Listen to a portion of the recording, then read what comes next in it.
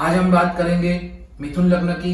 मिथुन लग्न के अंदर आपको कौन से परिहार करने हैं, कौन से फास्ट करने हैं, उपवास करने हैं, कौन सा नंग पहनना है, कौन सा ग्रह शुभ है और कौन सा अशुभ है, क्या नहीं करना चाहिए, इसके बारे में ज्यादा चर्चा करेंगे। बात करते हैं मिथुन लग्न की, साथ में मिथुन राशि भी है। लंबा सुडौल शरीर होता है, पतले और लंबे उनके हाथ होते हैं, मध्यम रंग होता है, थोड़ी के पास एक गड्ढा सा होता है, यानी गाल के आसपास कहीं भी उनको एक गड्ढा अवश्य पड़ता है। सक्रिय होता है, स्पष्ट वचन होते हैं, तीखी सक्रिय काली आंखें होती है, लंबी नाक, चेहरे पर कुछ न कुछ तिल होता है या फिर मसा होता है, ऐसे उनके लक्षण होते हैं। साहसी होते हैं, मानव स्वभाव का उनको बहुत ही अच्छे तरीके से ज्ञान होता है। सहानुभूतिपूर्ण और दयालु होते हैं, ज्ञान, मौलिकता और चुस्ती में उत्तम होते हैं, वक्त की नज़ाकत तुरंत भाप लेते हैं। धोखाधड़ी बहुत बार उनको उठानी पड़ती है, उसकी वजह से हानि भी होती है। ईश्वर की सहायता उपलब्ध होती है, ज़रूरत के मुताबिक स्वयं को ढाल भी लेते हैं। परिवर्तनशील मिजाज होता है, थोड़े से धैर्यहीन और बेचैन भी वो रहते हैं।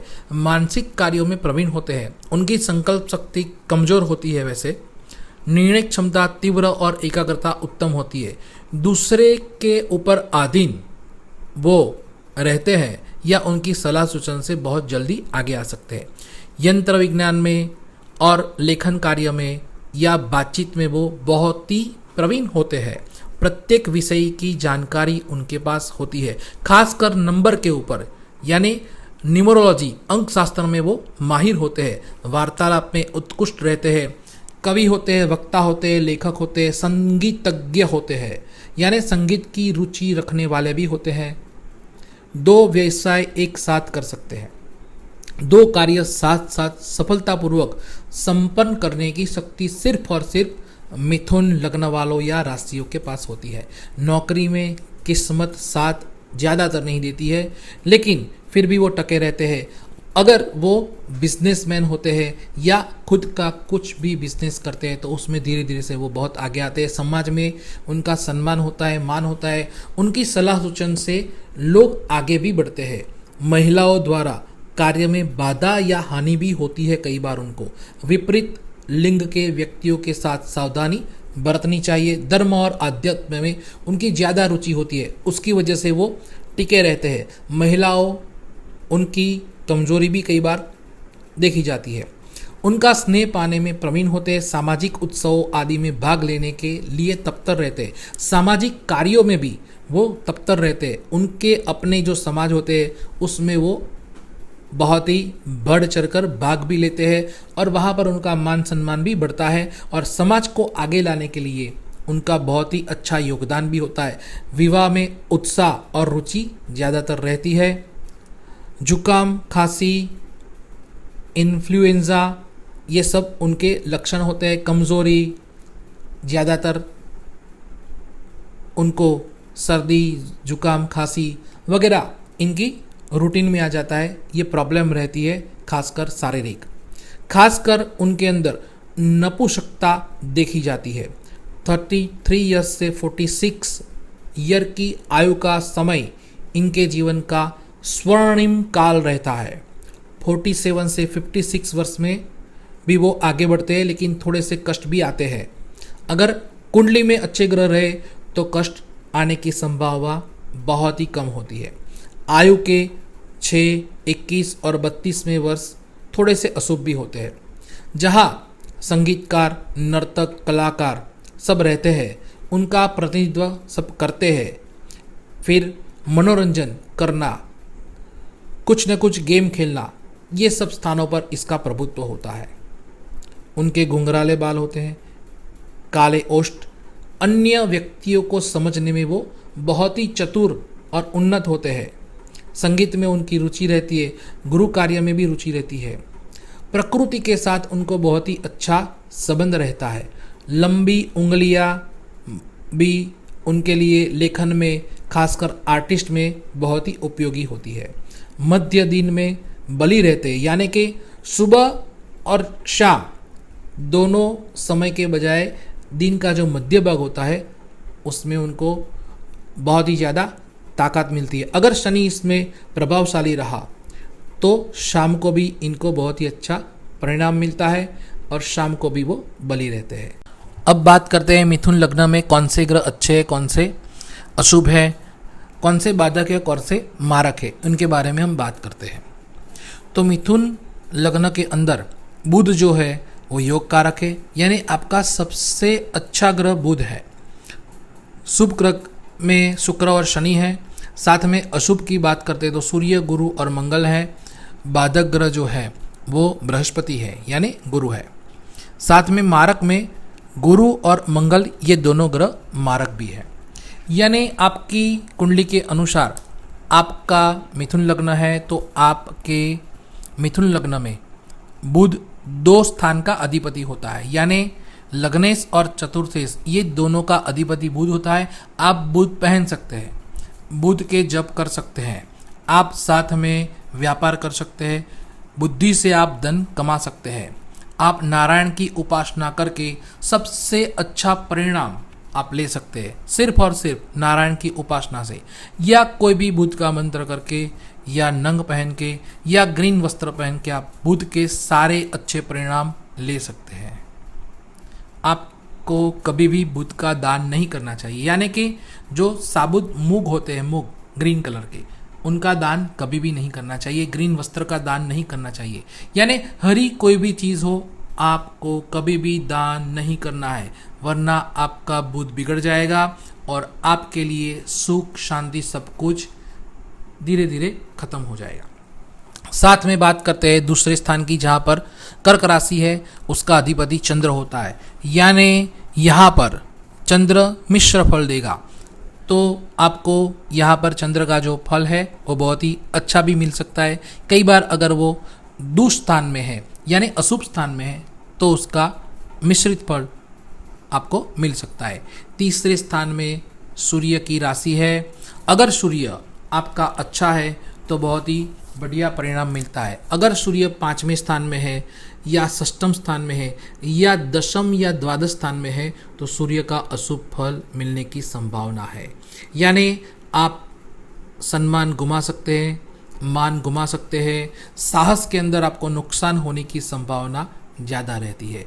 यहाँ पर सूर्य का कोई भी आपको परिहार नहीं करना है, सिर्फ सूर्य को जल चढ़ा सकते हैं, सूर्य को अर्घ दे सकते हैं, सूर्य के 12 जो नाम है वो आप बोल सकते हैं। सूर्य का नंग नहीं पहनना है, सूर्य का उपवास नहीं करना है, फास्ट नहीं रखना है आपको।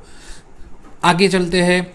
शुक्र यानी 5वें स्थान और 12वें स्थान का जो अधिपति होता है वो शुक्र है। शुक्र यहाँ पर शुभ है, समझिए, शुक्र अच्छा परिणाम देगा, यानी आप विद्या अभ्यास में आगे जा सकते हैं, आप शेयर मार्केट में बहुत ही अच्छा परिणाम ले सकते हैं।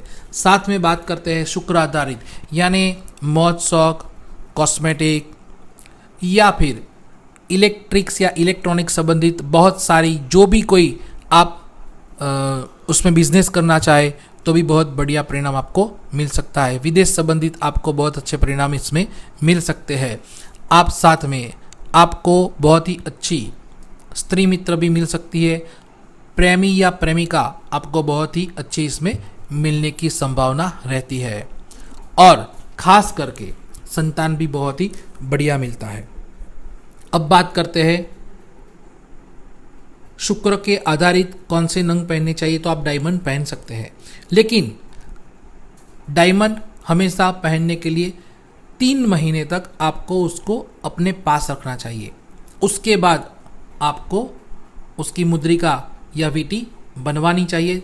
पहले चेक करना चाहिए कि आपको डायमंड शूट होगा या नहीं, उसके बाद ही आप डायमंड पहन सकते हैं। लेकिन डायमंड यहाँ पर आप पहन भी सकते हैं और साथ रख भी सकते हैं, लेकिन चेक करने के बाद।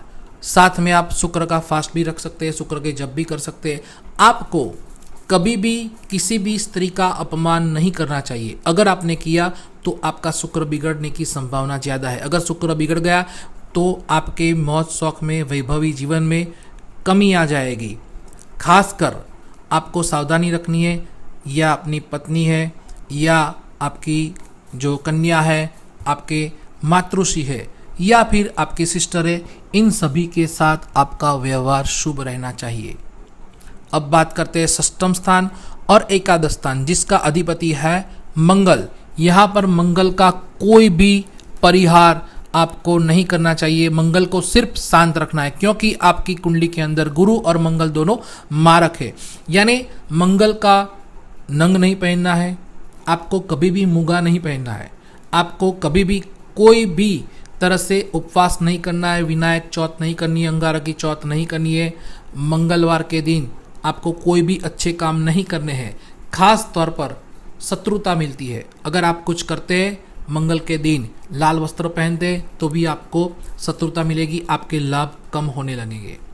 तो आपको ये सब उपाय नहीं करने हैं। मतलब कि मंगल का नंग नहीं पहनना है, मंगल का उपवास नहीं करना है, और मंगल के लिए आपको कोई भी तरह से भगवान गणेश की पूजा उपासना नहीं करनी है। सिर्फ दर्शन कर सकते हैं आप, सिर्फ और सिर्फ दर्शन कर सकते हैं। तो इतने सारे उपाय करने से आपको बहुत ही अच्छा परिणाम मिल सकता है। मंगल को शांत करना चाहिए, शांति पाठ करना चाहिए। मंगल का जो दान है, यानी जो लाल चीज़ें हैं जैसे कि गेहूं है, उसका आपको दान करना चाहिए। या गरीबों के अंदर आपको गेहूं के जो भी बिस्किट मिलते हैं या गेहूं की जो भी आइटम खाने के लिए है, वो सभी आप दान कर सकते हैं। बात करते हैं सप्तम स्थान और कर्म क्षेत्र की, यानी कि सप्तम स्थान का अधिपति, धन राशि का अधिपति और दसम स्थान का अधिपति बृहस्पति होता है। तो बृहस्पति के कोई भी उपाय आपको नहीं करने हैं। पार्टनरशिप में आपको सावधानी रखनी है। सप्तम स्थान जो है, गुप्त बात जो है, उनके संबंधित कुछ न कुछ आपको प्रश्न रहने की संभावना रहती है। अगर आपने गुरु को बलि किया, यानी बलवान किया, अगर आपने गुरु के जप किए, आपने सुवर्ण पहना, या फिर आपने गुरु के नंग धारण किए, तो भी आपको तकलीफ होने की संभावना बढ़ जाती है। कर्म क्षेत्र में रुकावट आ जाती है। आपके लिए गुरु की दशा अच्छी नहीं जाएगी, तो आपको शांति से उसे निकालनी चाहिए। गुरु को शांत रखना चाहिए। आपने अगर कोई गुरु किए हैं तो उनके पैर छूने चाहिए, लेकिन ज़्यादा पूजन नहीं करना है। ज़्यादातर आपको सावधानी रखनी है, दूरी बनाए रखनी है। खास तौर पर गुरु आधारित कभी भी किसी भी वडील का अपमान नहीं करना है। पिताजी या आपके जो मातृश्री है या आपके बड़े कोई भी हो, कभी भी अपमान मत कीजिए, वरना आपका गुरु मारक और ज़्यादा हो जाएगा और बहुत ही खराब परिणाम आपको मिलेगा। तो गुरु के लिए क्या करना है? कुछ नहीं, शांति पाठ कर सकते हैं, गुरु का दान दे सकते हैं। गुरु का दान आपको गुरुजन को देना है, आपसे जो बड़े हैं उनको देना है, या फिर ब्राह्मण को दे सकते हैं। तो पीली चीज़ का दान दीजिए, उससे आपको बहुत ही अच्छा परिणाम मिलेगा। जैसे सुवर्ण है, हल्दी है, उस तरह से आप कोई भी दान, चने की दाल है, आप दे सकते हैं। अब बात करते हैं शनि की। शनि आपकी कुंडली में शुभ ग्रह माना जाता है, क्योंकि भाग्येश भी है और अष्टम स्थान का अधिपति भी है। तो यहाँ पर क्या है, तो अष्टम स्थान का अधिपति और एक नवम स्थान का अधिपति होने की वजह से दोनों में से पहले परिणाम शुभ फल शनि भाग्येश का देगा, यानी कि नवम स्थान का देगा। तो आपको यहाँ पर शनि के बहुत कम उपाय करने होंगे। आप फास्ट भी कर सकते हैं, शनि के जप भी कर सकते हैं, हनुमान जी की उपासना भी कर सकते हैं। खास तौर पर आप यहाँ पर शनि का नंग, अगर शनि केंद्र त्रिकोण में है तो भाग्य को बढ़ावा देने के लिए आप पहन सकते हैं, लेकिन उसमें सिर्फ सावधानी रखनी है कि आपकी दशा कौन सी चल रही है और आपको कब धारण करना है। उसके लिए आपको अच्छी सलाह देकर ही उसका ग्रहण नंग करना चाहिए। अष्टम स्थान के लिए अगर बात करें तो स्लो कर्म क्षेत्र कर सकता है। अगर शनि वहाँ का अधिपति है तो धीरे से मक्कम गति से आपको आगे ले जाएगा। अगर अष्टम स्थान में ही आपका शनि है तो आपका आयुष्य दीर्घ है, यानी आप 80 बरस से ज़्यादा की उम्र वाले होंगे। अगर आपका शनि नवम स्थान में है तो भाग्य जो है वो धीरे से आगे बढ़ेगा। खास तौर पर 41 की आयु के बाद या 43 की आयु के बाद आपको शनि बढ़िया परिणाम देगा, यानी धीरे धीरे आपकी उत्तर अवस्था बहुत ही बढ़िया जाने की संभावना है। यहाँ पर शनि को शांत नहीं करना है, सिर्फ शनि के जप कर सकते हैं। शनि भगवान जो है उनके दर्शन भी कर सकते हैं आप। खास तौर पर ऐसे मंदिर का दर्शन करने चाहिए जहाँ पर मूर्ति नहीं, सिर्फ पत्थर हो, यानी शनि की मूर्ति न हो, सिर्फ पत्थर हो, ऐसे जगह पर आपको दर्शन करने चाहिए। वहाँ पर तेल का अभिषेक करना चाहिए और खुद भी हनुमान जी की उपासना करनी चाहिए। इससे बहुत ही बढ़िया परिणाम मिलेगा। तो दोस्तों, आपको ये वीडियो बहुत ही पसंद आया होगा। आशा करते हैं कि आपको ऐसे ही वीडियो आगे मिलते रहेंगे। और आपका कोई प्रश्न है, आपका कोई टॉपिक है जिसके बारे में आप चर्चा करना चाहते हैं, तो आप कमेंट में लिखिए, हम उसके बारे में वीडियो बनाएंगे और आप तक जरूर पहुंचाएंगे। खास तौर पर आप इसको लाइक कीजिए, सब्सक्राइब कीजिए और शेयर कीजिए।